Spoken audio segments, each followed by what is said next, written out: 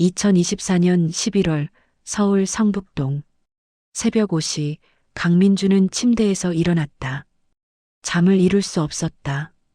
65세가 된 지금도 30년 전 그날의 악몽은 여전히 그를 괴롭혔다. 침대 옆 서랍을 열었다. 낡은 사진 한 장이 들어 있었다. 젊은 시절의 자신과 아름다운 여인. 그녀의 웃음이 너무나 환했다. 수진아. 그는 매일 아침 이렇게 그녀의 이름을 불렀다. 30년째 변하지 않는 습관이었다. 창밖을 바라봤다. 서울의 야경이 한눈에 들어오는 펜트하우스였다. 거대한 기업을 일궈냈고 재산도 명예도 얻었다. 하지만 행복은 없었다. 회장님, 일어나셨습니까? 집사 김비서가 노크했다. 응, 들어오게. 오늘 새로운 가정부가 출근합니다. 인터뷰하신 분 기억하시죠? 아, 그래. 민주는 무심코 대답했다. 가정부가 누가 오든 그에게는 상관없었다. 어차피 이 넓은 집에서 혼자 사는 것엔 변함이 없었으니까. 8시에 도착 예정입니다. 알았네. 김 비서가 나가고 민주는 2층 복도로 걸어갔다. 복도 끝 굳게 잠긴 방 하나. 30년 동안 단 한 번도 열지 않은 방. 그는 문손잡이에 손을 얹었다. 차갑고 먼지 쌓인 금속의 촉감. 오늘은 열어볼까? 매일 아침 같은 생각을 했지만 결국 열지 못했다. 용기가 없었다. 그 안에 남아있을 그녀의 흔적들을 마주할 용기가. 회장님, 손님 오셨습니다. 1층에서 김 비서의 목소리가 들렸다. 민주는 손을 거두고 계단을 내려갔다. 현관에 한 여인이 서 있었다. 50대 후반으로 보이는 단정한 차림의 여성. 안녕하세요. 최은숙입니다. 그녀가 인사했다. 그 순간 민준의 세계가 멈췄다. 목소리. 이 목소리는 회장님? 김 비서가 이상하게 여겨 물었다. 민준이 굳은 채 움직이지 않고 있었기 때문이다. 아, 아닙니다. 안녕하십니까? 민주는 겨우 정신을 차렸다. 천천히 은숙을 바라봤다. 얼굴은 달랐다. 아니, 나이가 들어서 다른 것인가? 30년이면 충분한 시간이다. 하지만 눈빛은, 그 조용하고 깊은 눈빛은, 아니야. 불가능해. 수진이는 죽었어. 30년 전에. 민주는 스스로를 다잡았다. 최은숙 씨 맞습니까? 네, 회장님. 이력서를 봤습니다. 경력이 많으시네요. 감사합니다. 최선을 다하겠습니다. 평범한 대화였다. 하지만 민준의 가슴은 미친 듯이 뛰고 있었다. 김 비서, 안내를 부탁하네. 알겠습니다. 민주는 서재로 들어갔다. 문을 닫고 소파에 주저앉았다. 손이 떨렸다. 말도 안 돼. 목소리가 비슷한 사람은 얼마든지 있어. 하지만 가슴 한구석에서 희망이라는 위험한 감정이 고개를 들었다. 혹시? 최은숙은 저택 안을 둘러보며 청소 계획을 세웠다. 와, 정말 크네. 3층 규모의 저택. 거실만 해도 자신이 살던 원룸의 3배는 되어 보였다. 은숙 씨, 이쪽으로 오세요. 김 비서가 앞장섰다. 1층은 거실, 주방, 식당, 그리고 회장님 서재입니다. 2층은 침실들과 서재가 하나 더 있고요. 3층은 거의 사용하지 않습니다. 알겠습니다. 특히 주의할 점이 있습니다. 김 비서가 진지한 표정으로 말했다. 2층 복도 끝방은 절대 들어가시면 안 됩니다. 네. 30년 동안 잠겨 있는 방입니다. 회장님이 절대 금지하셨어요. 청소도 환기도 하지 않습니다. 은숙은 고개를 끄덕였다. 하지만 이상한 느낌이 들었다. 30년이나? 그 방에는 무엇이? 회장님의 사적인 공간입니다. 더 묻지 마세요. 김 비서의 단호한 목소리에 은숙은 입을 다물었다. 청소를 시작했다. 거실부터였다. 넓은 거실 한가운데는 커다란 가구들이 놓여 있었다. 값비싼 소파, 대리석 테이블, 그리고 피아노. 커버가 씌워진 그랜드 피아노가 창가에 놓여 있었다. 은숙은 걸음을 멈췄다. 저 피아노. 왜인지 끌렸다. 가까이 다가가고 싶었다. 은숙 씨? 김 비서의 목소리에 정신을 차렸다. 아, 네. 죄송합니다. 피아노는 절대 만지지 마세요. 커버도 벗기지 마시고요. 저것도 금기인가요? 30년 동안 아무도 치지 않았습니다. 회장님 명령입니다. 은숙은 고개를 끄덕였다. 하지만 피아노에서 눈을 뗄 수 없었다. 왜지? 왜 자꾸 저게 신경 쓰이지? 피아노를 칠 줄 아는 것도 아닌데. 아니, 칠 줄 아는지조차 모르겠다. 기억이 없으니까. 저녁이 되어 은숙은 원룸으로 돌아왔다. 작은 방, 침대 하나, 옷장 하나, 작은 식탁이 전부였다. 5년 전 남편이 죽고 난 후 이곳에서 혼자 살고 있었다. 은숙은 앨범을 꺼냈다. 두껍지 않은 앨범. 사진이 많지 않았다. 가장 오래된 사진은 25년 전 것이었다. 요양원 침대에 누워있는 자신과 옆에 서 있는 남자. 최진우. 진우 씨. 그녀는 사진을 쓰다듬었다. 최진우. 자신의 남편이었던 사람. 5년 전 폐암으로 세상을 떠났다. 당신이 없었다면 전 어떻게 살았을까요? 25년 전 은숙은 요양원에서 깨어났다. 뇌종양 수술 후였다. 하지만 기억이 없었다. 자신이 누구인지, 어디서 왔는지, 가족이 있는지 아무것도 몰랐다. 당신 이름은 최은숙입니다. 물리치료사 최진우가 그렇게 말해줬다. 지갑에 있던 신분증에 그렇게 적혀 있었어요. 가족난은 공난이었고요. 아마 천애고아인 것 같습니다. 그렇게 최은숙으로 살기 시작했다. 진우는 헌신적으로 그녀를 돌봐줬다. 재활치료를 도왔고 퇴원 후에도 곁을 지켰다. 그리고 3년 후 청혼했다. 은숙 씨, 과거는 중요하지 않아요. 지금부터 우리가 만들어갈 미래가 중요하죠. 저와 결혼해 주시겠어요? 은숙은 행복했다. 기억은 없었지만 진우와의 삶은 평온했다. 가난했지만 행복했다. 하지만 때때로 이상한 꿈을 꾸었다. 피아노 앞에 누군가 앉아 있는 꿈. 다가가려 하면 항상 깨어났다. 진우 씨는 제가 그 꿈 얘기하면 불안해했죠. 은숙은 혼잣말을 했다. 과거를 찾으려 하지 말라고 했어요. 지금이 행복하면 됐다고. 그래서 더 이상 과거를 찾지 않았다. 하지만 오늘 그 저택에서 피아노를 봤을 때 뭔가 떠오를 것 같았어. 은숙은 머리를 감쌌다. 왜 자꾸 이러지? 두통도 오고 휴대폰이 울렸다. 문자였다. 김 비서 내일도 8시 출근 부탁드립니다. 수고하셨습니다. 은숙은 다시 앨범을 넘겼다. 결혼사진, 여행사진, 평범한 일상들. 하지만 결혼 전 사진은 단 한 장도 없었다. 자신의 과거는 완전한 공백이었다. 내 인생의 처음 30년은 어디로 간 걸까? 같은 시각, 민주는 서재에 앉아 노트북을 켰다. 최은숙. 검색창에 이름을 입력했다.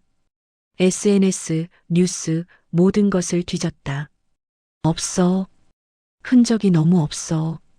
이상했다. 요즘 시대에 인터넷에 흔적이 전혀 없는 사람은 드물었다. 민주는 사설 탐정에게 전화를 걸었다. 박 팀장 나야. 회장님 무슨 일이십니까? 사람 하나 조사해 줄 수 있나? 물론입니다. 이름이 최은숙. 59세. 현재 내 집 가정부로 일하고 있네. 조사 범위는 모든 것, 출생부터 현재까지, 특히 30년 전 기록을 집중적으로. 알겠습니다. 일주일 드리겠습니다. 전화를 끊고 민주는 의자에 기댔다. 내가 미쳤나? 목소리 하나 비슷하다고. 하지만 포기할 수 없었다. 민주는 서랍을 열었다. 오래된 서류들이 가득했다. 30년 전 실종 신고서, 사설 탐정 보고서 수십 장, 전국 요양원 리스트. 수진아. 그는 또 다른 사진을 꺼냈다. 아내 강수진의 사진. 35세 때 찍은 마지막 사진이었다. 뇌종양 진단을 받기 직전. 이 사진과 최은숙을 비교하면 컴퓨터에 두 사진을 올렸다. AI 얼굴 인식 프로그램을 돌렸다. 유사도 73%. 민준의 심장이 뛰었다. 73%. 높은 수치였다. 하지만 확신하기엔 애매했다. 30년이라는 세월은 사람을 많이 변화시킨다. 아니야. 수진이는 죽었어. 민주는 스스로에게 말했다. 하지만 가슴속 희망은 꺼지지 않았다. 그날 밤 민주는 오랜만에 2층 복도 끝으로 걸어갔다. 잠긴 방 앞. 문손잡이를 잡았다. 주머니에서 열쇠를 꺼냈다. 30년 동안 단 한 번도 사용하지 않은 열쇠. 들어가 볼까? 하지만 결국 열쇠를 도로 넣었다. 아직은. 아니야. 사장 마이너스 두 번째 날 8분. 다음 날 아침. 은숙은 다시 저택에 도착했다. 좋은 아침입니다. 어서 오세요, 은숙 씨. 김 비서가 맞이했다. 오늘은 2층 청소를 부탁드립니다. 물론 그 방 빼고요. 알겠습니다. 은숙은 청소 도구를 들고 2층으로 올라갔다. 넓은 복도. 양쪽으로 방들이 늘어서 있었다. 하나씩 청소하기 시작했다. 게스트룸들은 깨끗했다. 아무도 사용하지 않는 것 같았다. 혼자 사는 집치고 너무 크네. 은숙은 생각했다. 외롭지 않으실까? 복도 끝에 도착했다. 굳게 잠긴 방. 문 앞에서 멈춰섰다. 들어가지 말라고 했지. 하지만 발이 떨어지지 않았다. 왜일까? 이 문 너머에 뭔가 중요한 게 있는 것 같았다. 은숙은 문손잡이를 잡았다. 잠겨 있었다. 그 순간 머릿속에 섬광처럼 뭔가가 스쳤다. 이 복도를 걷는 젊은 여자. 같은 문 앞에 선다. 문을 연다. 안에는 갑자기 두통이 밀려왔다. 은숙은 이마를 잡고 주저앉았다. 은숙 씨. 민준이 계단을 올라오다가 그녀를 발견했다. 괜찮습니까? 아, 네. 죄송합니다. 갑자기 어지러워서. 민준이 그녀를 부축했다. 그 순간 두 사람의 손이 닿았다. 은숙의 눈이 커졌다. 이 감촉. 민준도 얼어붙었다. 이 손. 이 차가운 손은. 수진도 손이 항상 차가웠다. 혈액순환이 안 좋아서. 회장님, 제가 모시겠습니다. 김 비서가 나타나 상황을 정리했다. 은숙 씨, 잠시 휴게실에서 쉬세요. 죄송합니다. 은숙이 비틀거리며 일어섰다. 민주는 그 자리에 서서 그녀를 바라봤다. 수진이. 그의 입술이 그 이름을 만들었지만 소리는 나오지 않았다. 휴게실에서 은숙은 물을 마셨다. 괜찮으세요? 김 비서가 걱정스럽게 물었다. 네, 괜찮습니다. 그냥 일시적인 어지러움이었어요. 자주 그러세요? 아니요. 오늘이 처음이에요. 그런데 은숙이 말을 멈췄다. 그 방이 왜 잠겨 있는지 여쭤봐도 될까요? 김 비서는 잠시 망설이다가 작은 목소리로 말했다. 회장님의 첫 부인 방입니다. 첫 부인. 네. 30년 전에 돌아가셨어요. 어떻게? 뇌종양이었습니다.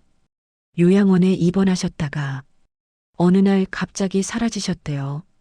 실종됐다가 결국 김 비서의 목소리가 낮아졌다. 시신도 못 찾으셨답니다. 그래서 회장님이 그 방을 폐쇄하신 거예요. 그대로 보존하시면서 은숙의 가슴이 이상하게 아팠다. 왜 이렇게 마음이 아프지? 남의 집 이야기인데 회장님은 그 이후로 재혼도 하지 않으셨어요. 30년째 혼자 사세요. 30년을. 네. 정말 사랑하셨나 봐요. 첫 부인을. 은숙은 가슴을 눌렀다. 답답했다. 왜 이러지? 왜 남의 사랑 이야기에 이렇게 가슴이 아픈 거지?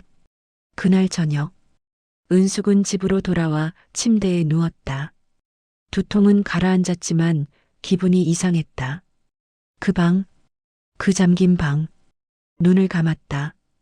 그리고 꿈을 꾸었다. 넓은 방, 피아노가 있다. 창가에서 여자가 피아노를 친다. 아름다운 선율, 문이 열리고 남자가 들어온다. 수진아, 저녁 먹자. 조금만 더.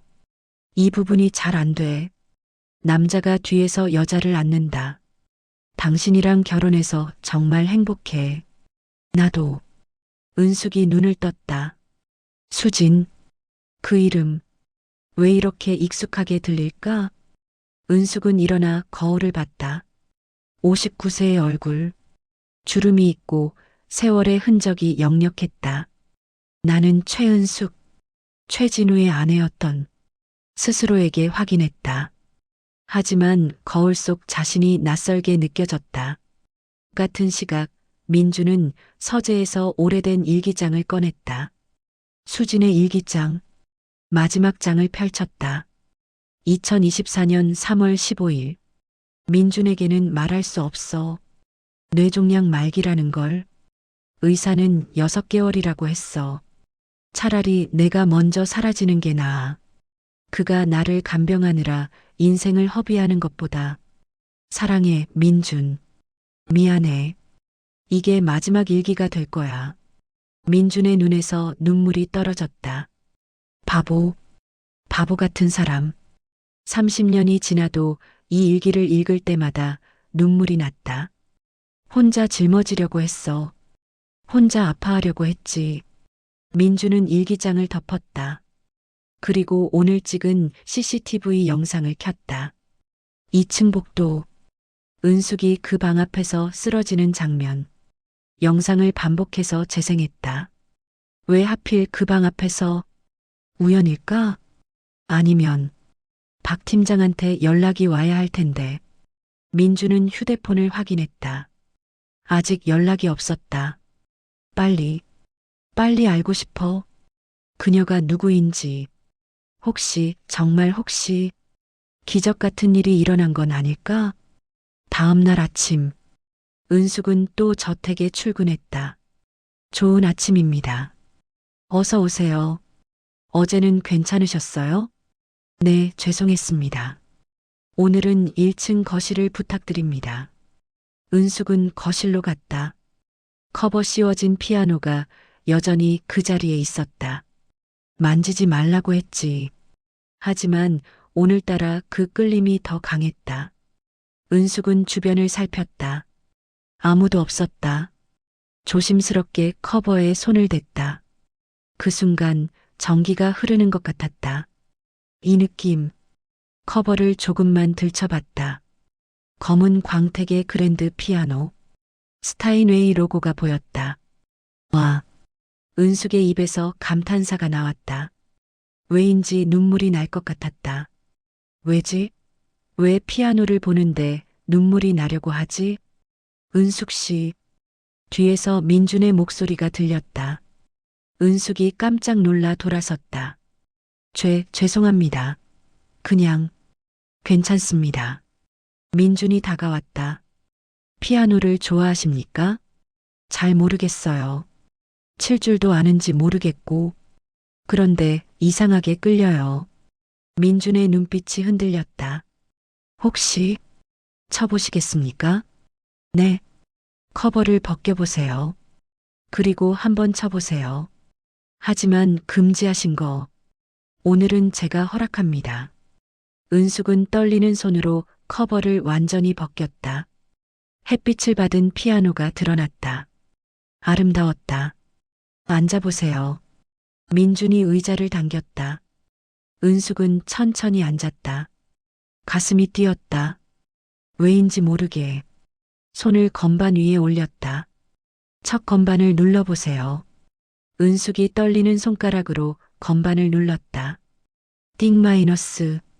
맑은 소리. 그 순간 은숙의 머릿속에 폭포처럼 무언가가 쏟아져 들어왔다. 피아노 앞에 앉은 어린 소녀. 수진아, 잘했어. 엄마의 목소리. 음악학교 연습실. 강수진 학생, 재능이 있어요. 교수의 칭찬. 젊은 남자가 피아노 옆에 선다. 같이 연주해 보시겠어요? 첫 만남. 으악. 은숙이 비명을 지르며 피아노에서 떨어졌다. 은숙 씨. 민준이 그녀를 붙잡았다. 괜찮습니까? 머리가 터질 것 같아요. 은숙이 머리를 감쌌다. 기억의 파편들이 날카롭게 그녀를 찔렀다. 병원 가야겠습니다. 김비서. 민준이 소리쳤다. 저는 누구죠? 은숙이 울먹이며 물었다. 저는 최은숙이에요. 아니면. 그녀의 눈에서 눈물이 흘렀다. 저는 누구죠? 응급실. 은숙은 침대에 누워 링거를 맞고 있었다. 의사가 차트를 보며 말했다. 과거에 뇌수술을 받으신 적이 있으시네요. 네. 30년 전에 뇌종양 수술을. 그 후유증으로 기억상실이 있으셨고요. 네. 의사가 민준을 봤다. 보호자이십니까? 아, 네. 민준이 대답했다. 오늘 증상은 갑작스러운 기억의 파편들이 돌아오면서 생긴 통증인 것 같습니다. 뇌에 잠재된 기억이 특정 자극으로 활성화된 거죠. 그럼 기억이 돌아올 수 있다는 건가요? 가능성은 있습니다. 하지만 점진적이어야 해요. 갑작스러운 자극은 위험합니다. 의사가 나가고 민주는 은숙을 바라봤다. 죄송합니다. 회장님. 은숙이 작은 목소리로 말했다. 피아노를 치게 해서 제가. 미안합니다. 아닙니다. 제 잘못입니다. 민준이 의자에 앉았다. 은숙 씨, 한 가지 여쭤봐도 될까요? 네. 30년 전 기억을 전혀 못하신다고 했죠? 네. 요양원에서 깨어났을 때부터 기억이 시작돼요. 어느 요양원이었습니까? 서울 외곽에 있는 평안 요양원이었어요. 지금은 폐업했지만 민준의 눈이 커졌다. 평안 요양원. 그곳이었다. 30년 전 수진이 입원했던 바로 그 요양원. 혹시 그곳에서 담당 의사나 간호사 이름을 기억하십니까? 물리치료사였던 최진우 씨만 기억해요. 제 남편이. 최진우. 민주는 그 이름을 곱씹었다. 그때 휴대폰이 울렸다. 사설 탐정 박 팀장이었다. 잠시 실례하겠습니다. 민준이 복도로 나갔다. 박 팀장. 회장님, 조사 끝났습니다. 믿기 힘든 내용인데요. 말해보게. 최은숙이라는 사람은 25년 전에 갑자기 생긴 신원입니다. 그 이전 기록이 전혀 없어요. 뭐라고? 신분증도 25년 전에 재발급된 겁니다. 출생 기록, 학교 기록, 아무것도 없어요. 마치 누군가의 신원을 훔친 것 같습니다. 민준의 손이 떨렸다. 계속하게. 더 이상한 건 최진우라는 남편입니다. 이 사람은 30년 전 평안 요양원의 물리치료사였어요. 그런데 같은 시기에 강수진이라는 환자가 그 요양원에 입원해 있었습니다. 뇌종양 말기 환자였죠. 민준의 심장이 멎는 것 같았다. 그리고 그 환자는 어느 날 갑자기 실종됐습니다. 같은 날 최진우도 퇴사했고요. 그 날짜가 30년 전 3월 20일입니다. 수진이 사라진 날, 최진우는 수진을, 그녀를 데리고 나간 거군. 그렇게 추정됩니다. 그리고 그녀의 신원을 최은숙으로 바꿔치기 한 것 같습니다. 민주는 벽에 기댔다. 다리에 힘이 풀렸다. 증거가 있나? 확실한 건 DNA 검사를 해봐야 알 수 있습니다. 하지만 정황상 거의 확실합니다. 알았네. 고맙네. 전화를 끊고 민주는 응급실로 돌아갔다. 은숙이 천장을 보고 누워 있었다. 은숙 씨. 네. 당신은? 민준의 목소리가 떨렸다. 당신은 최은숙이 아닙니다. 은숙이 그를 봤다. 네. 당신은 강수진입니다. 내 아내. 은숙은 민준의 말을 이해할 수 없었다. 무슨 말씀이세요? 30년 전 당신은 뇌종양으로 평안요양원에 입원했습니다. 나 강민준의 아내로서 그럴 리가. 기적적으로 수술이 성공했지만 기억을 잃었습니다. 그리고 어느 날 갑자기 사라졌어요. 민준이 그녀의 손을 잡았다. 담당 물리치료사 최진우가 당신을 데리고 도망친 겁니다. 당신의 신원을 바꿔서. 아니에요. 진우 씨는 그럴 사람이 사랑했기 때문입니다. 민준이 조용히 말했다. 그가 당신을 사랑했기 때문에 그런 짓을 한 겁니다. 기억 못하는 당신을 자기 것으로 만들려고. 은숙의 눈에서 눈물이 흘렀다. 그럼 제 25년은 거짓이었다는 거예요? 거짓은 아닙니다. 최진우는 진심으로 당신을 사랑했을 겁니다. 하지만 시작이 잘못됐던 거죠. 민준이 휴대폰을 꺼냈다. 오래된 사진을 보여줬다. 젊은 남녀의 결혼 사진. 이게. 은숙의 손이 떨렸다. 사진 속 신부가 자신과 너무 닮았다. 이게 당신입니다. 30년 전의 강수진. 안 돼. 안 돼. 은숙이 머리를 감쌌다. 기억의 파편들이 다시 쏟아졌다. 웨딩드레스를 입은 자신. 민준 씨 사랑해요. 나도 수진아. 피아노 연습. 이번 콩쿠르엔 꼭 나가고 싶어. 그래, 내가 응원할게. 병원 진찰실. 뇌종양입니다. 말기고요. 세상이 무너지는 느낌. 아, 수진아. 민준이 그녀를 안았다. 돌아왔어.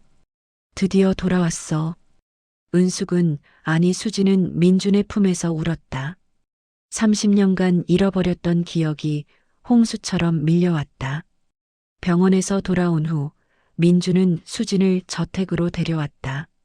여기가 우리 집이었구나. 수진이 거실을 둘러보며 말했다. 30년 전과 거의 같아요.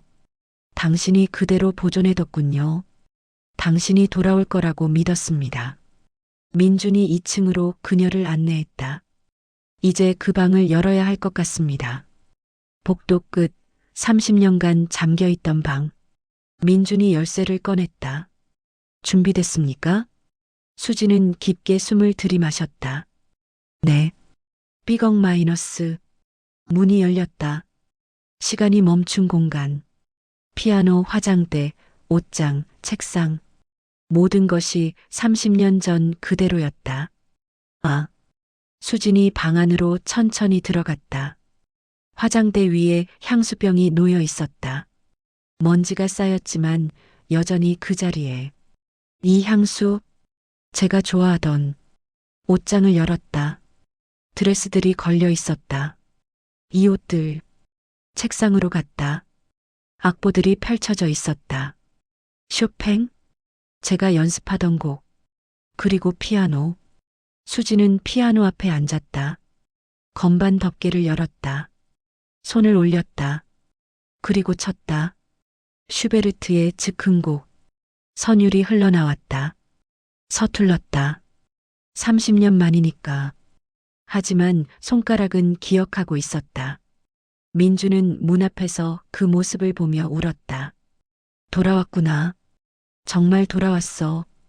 연주가 끝나고 수지는 눈물을 닦았다.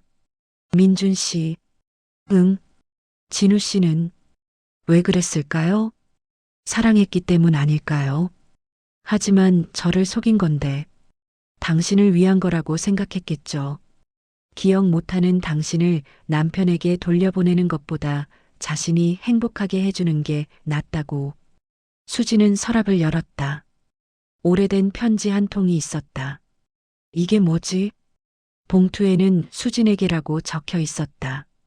이게 언제? 민준도 처음 보는 편지였다. 열어보세요. 수지는 떨리는 손으로 편지를 열었다. 최진우의 필체였다. 수진 씨, 이 편지를 읽고 계시다면 당신은 이미 모든 것을 알게 된 거겠죠. 용서를 구하려는 건 아닙니다. 제가 한 일은 용서받을 수 없으니까요. 하지만 설명은 해야 할 것 같습니다. 30년 전 저는 요양원에서 당신을 처음 봤습니다. 뇌종양 수술 후 기억을 잃고 우는 당신을. 민준, 민준. 그 이름만 부르면서 우는 당신을. 차트를 봤습니다. 기적적으로 살아났지만 기억상실. 그리고 실종 신고. 남편이 미친 듯이 찾고 있다는 소식도 들었습니다. 돌려보내야 했습니다. 알아요. 하지만 저는 비겁한 사람이었습니다. 당신을 사랑하게 됐고 포기할 수 없었습니다. 모르는 게 약이다라고 스스로를 합리화했습니다. 기억 못하는 당신에게 과거는 고통일 뿐이라고.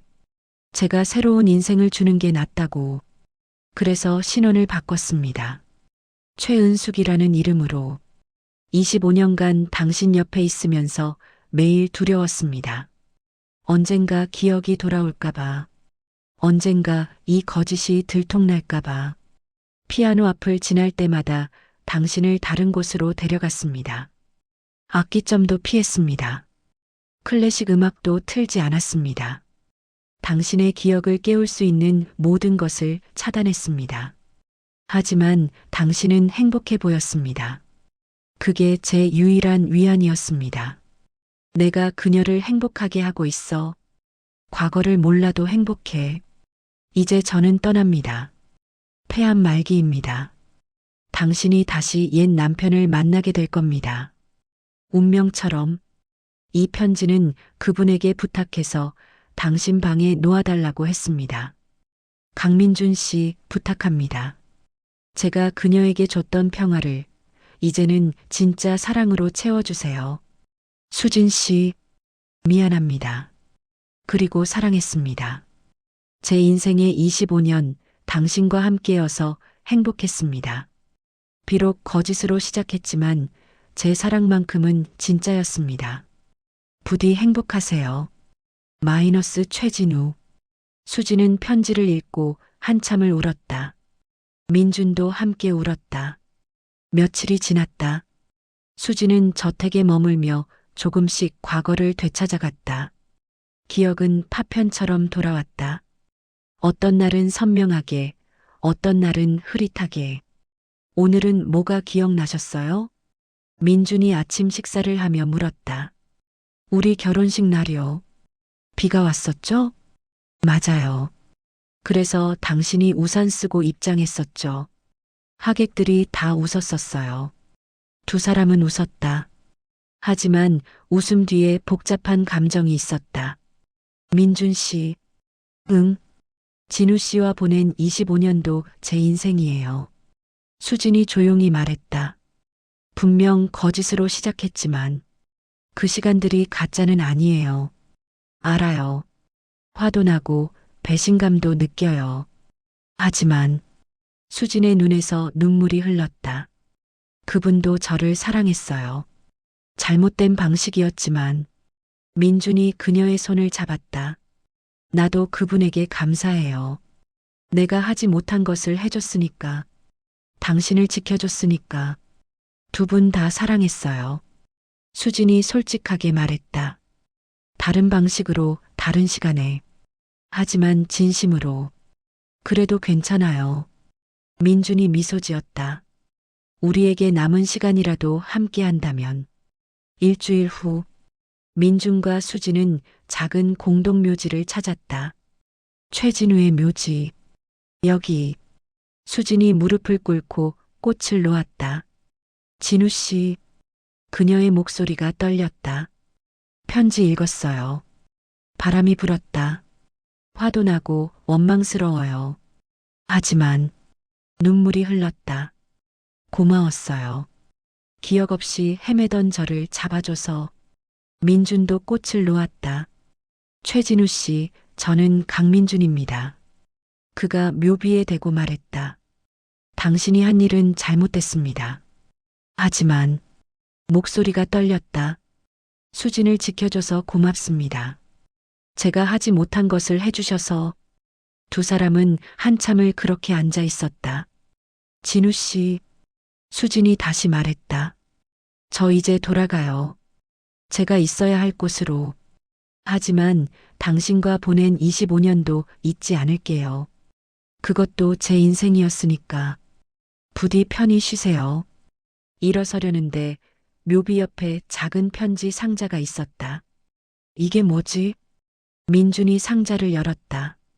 여러 통의 편지가 들어 있었다. 최진우가 남긴 일기 같은데. 첫 번째 편지를 펼쳤다. 오늘 은숙이가 피아노 가게 앞을 지나갔다.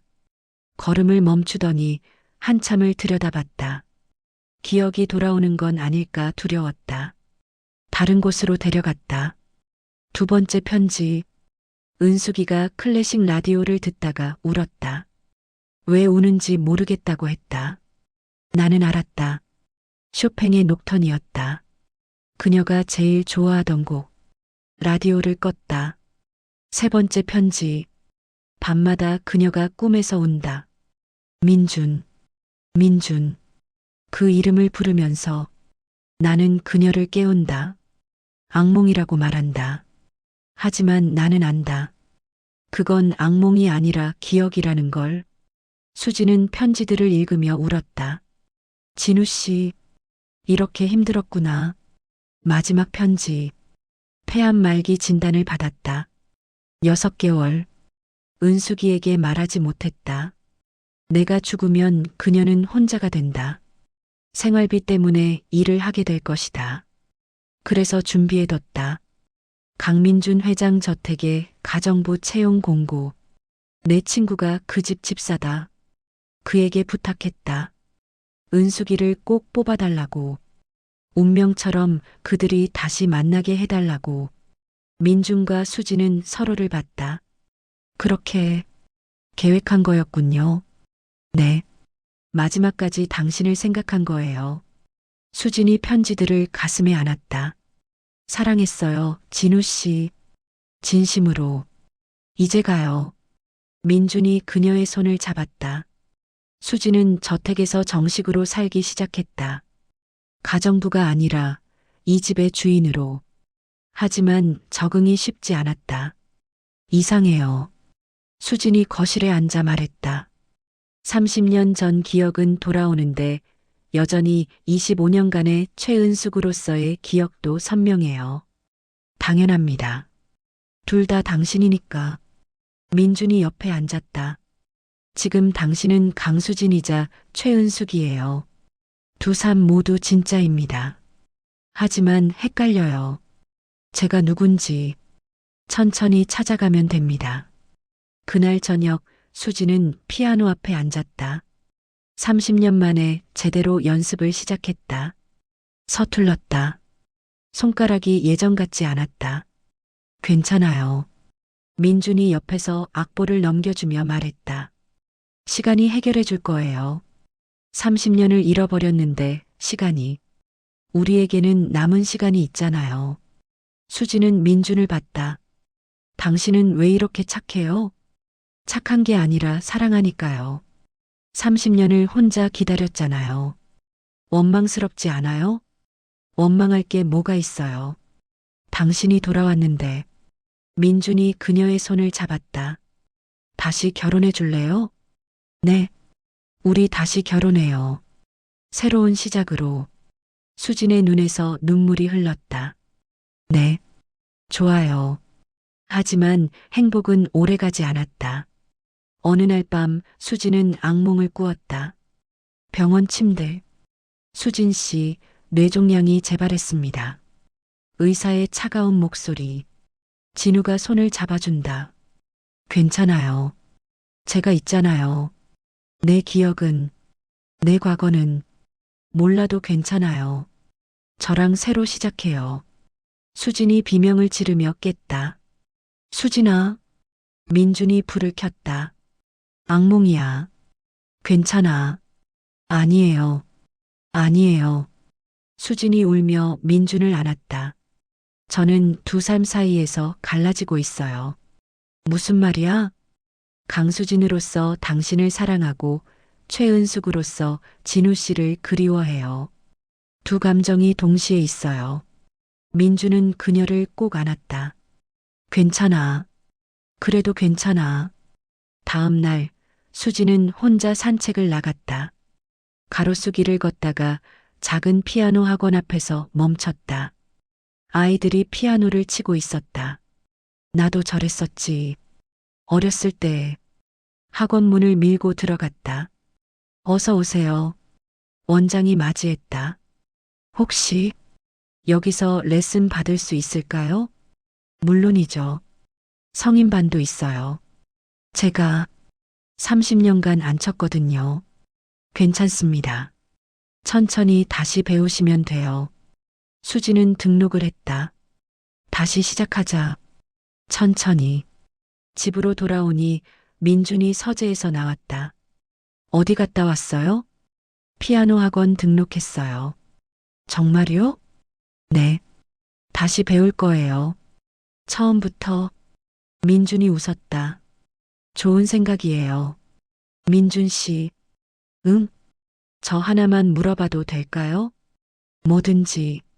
30년 동안 정말 저만 생각하며 사신 거예요? 민주는 잠시 망설이다가 고개를 끄덕였다. 거짓말하고 싶지 않아요. 네, 그랬어요. 다른 사람은 만나지 않았어요. 만날 수가 없었어요. 당신이 살아있을 거라는 희망을 버릴 수가 없었거든요. 수진이 그를 안았다. 미안해요. 그리고 고마워요. 석 달이 지났다. 수지는 조금씩 일상을 되찾아갔다. 피아노 레슨을 받고 민준과 산책을 하고 집을 돌보았다. 하지만 여전히 혼란스러운 순간들이 있었다. 오늘 마트에서요. 수진이 저녁 식사를 하며 말했다. 누가 은숙 씨하고 부르더라고요. 돌아보니까 진우 씨 친구분이었어요. 어색했겠네요. 네. 제가 누구인지 설명할 수가 없었어요. 수진이 포크를 내려놓았다. 강수진인지 최은숙인지 둘 다인지 둘 다예요. 민준이 단호하게 말했다. 당신은 강수진이자 최은숙이에요. 두 삶 모두 진짜고 두 사랑 모두 진짜였어요. 하지만 처음부터 끝까지 한 사람만 사랑해야 한다는 법은 없어요. 인생이 두 번이었다면 두 번 다 사랑할 수 있는 거죠. 수진의 눈에서 눈물이 흘렀다. 당신은 왜 이렇게 이해해줘요? 당신을 사랑하니까요. 당신의 전부를, 과거도 현재도 모두. 어느 일요일 두 사람은 함께 최진우의 묘지를 다시 찾았다. 진우 씨, 수진이 꽃을 놓으며 말했다. 오늘 좋은 소식 들려드리러 왔어요. 그녀가 민준의 손을 잡았다. 저희 다시 결혼해요. 바람이 불었다. 화내지 않으시죠? 제가 옛 남편한테 돌아간다고. 당신이 바랐던 일이니까. 민준이 묘비에 대고 말했다. 최진우 씨 약속합니다. 수진을 행복하게 해주겠습니다. 당신이 그랬던 것처럼. 두 사람은 손을 잡고 묘지를 떠났다. 한 달 후 저택 정원에서 작은 결혼식이 열렸다. 하객은 많지 않았다. 친한 친구들과 가족들뿐. 수지는 하얀 드레스를 입었다. 어때요? 아름다워요. 30년 전보다 더. 민준이 말했다. 거짓말쟁이.